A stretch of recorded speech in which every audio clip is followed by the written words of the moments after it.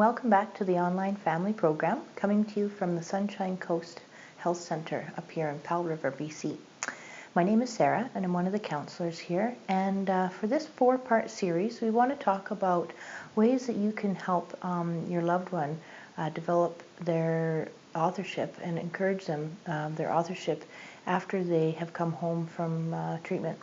So authorship is a big topic here, and what it means, if you don't already know, is taking personal responsibility for yourself. And we do know through research that the only way to feel that you have meaning and purpose in your life is to be the author of your life and to take that personal responsibility. And we know that one of the leading causes of addiction is a lack of meaning and purpose. So it's really important. Authorship is really important.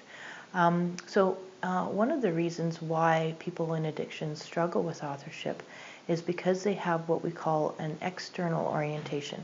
So they're really focused on everything outside of themselves, and they don't feel like they're in control of their lives. So they often, they'll get other people to make decisions for them or to help regulate their emotions. They rely on drugs to help regulate their emotions. So, this is quite common in addiction.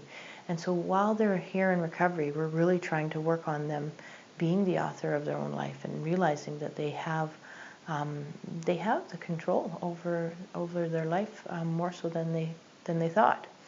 So for this series, I want to address 4 concerns. And the first one, which I'll address today, is what are the effects of doing everything for your loved one, both prior to and after they come to treatment. And then I want to spend the next 2 weeks talking about how to encourage authorship, both when things are going good, like say when they're looking for employment and schooling and things like that, and then also when things are going bad and they're having setbacks and problems and experiencing negative consequences. And then for the 4th week, I want to talk about how you can demonstrate authorship, because we know that the best way to encourage authorship is to demonstrate it. So, starting with this week, what are the effects of doing everything for your loved one? Well, we do know that if you're doing everything for them, they don't, if you're doing everything for somebody else, how are they to really take ownership over their lives, right?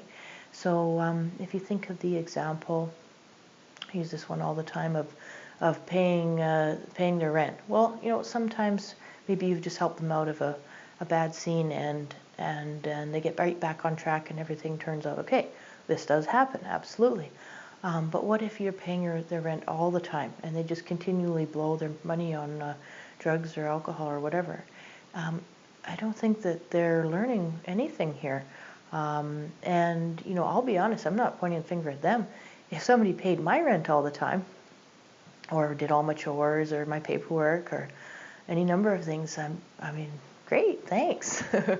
So I wouldn't argue, right? So I think it's just kind of human nature. So, but knowing this about our human nature, I think it's important to,